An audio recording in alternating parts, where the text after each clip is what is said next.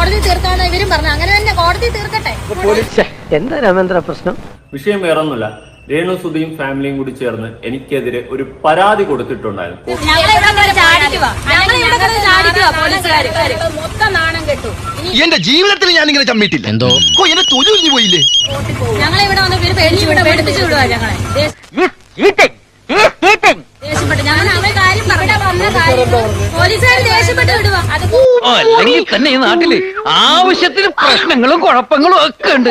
അതിന്റെ ഇടയിൽ കൂടെ നിന്റെ കോർട്ട് തീരുമാനിച്ചാൽ മതിയെന്ന് പോലീസുകാർക്ക് തീരുമാനിക്കാൻ പറ്റത്തില്ലെന്ന്. കോടതി തന്നെ പോവുക.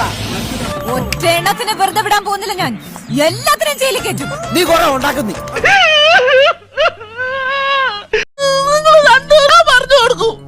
ശരിക്കും ദേഷ്യപ്പെട്ട് ഞങ്ങളുടെ അടുത്ത്. അത് എന്തുകൊണ്ടാണെന്ന് എനിക്ക് അറിയത്തില്ല. താനിതിനെ അനുഭവിക്കണോ നോക്കിക്കോ. ശരിക്കും ദേഷ്യപ്പെട്ട് ഞങ്ങളുടെ അടുത്ത്. അത് എന്തുകൊണ്ടാണെന്ന് എനിക്ക് അറിയത്തില്ല. അത് എന്താണ് സംഭവം.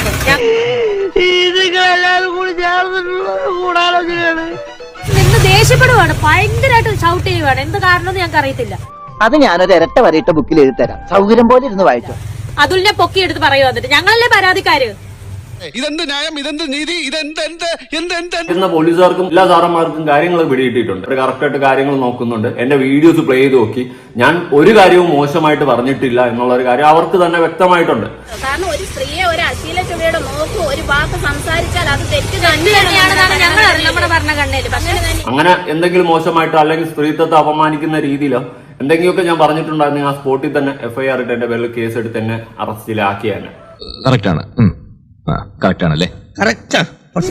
മരിച്ചുപോയ എന്റെ സുധിച്ചേട്ടനും ഇല്ല പ്രശ്നം. ഇനിയിപ്പോ ഈ പറഞ്ഞ ആരോപണത്തിലുള്ള ആർക്കും പ്രശ്നമില്ല, ആർക്കും പ്രശ്നമില്ല. പിന്നെ ഇത് കുത്തിപ്പൊക്കാൻ ഇവനാരാ? CBI-യോ എന്റെ ഈ പുറകെ നടക്കാൻ?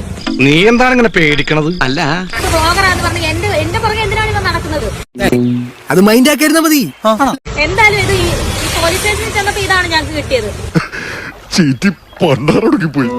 ഇവിടെ കൊണ്ട് അവസാനിച്ചു എന്ന് കരുതണ്ട. എന്നെ നമ്മുടെ കയ്യിൽ കിട്ടും. എന്ത് ഘോര കൂടോത്രം ചെയ്തിട്ടാണെങ്കിലും പകരം വീട്ടും.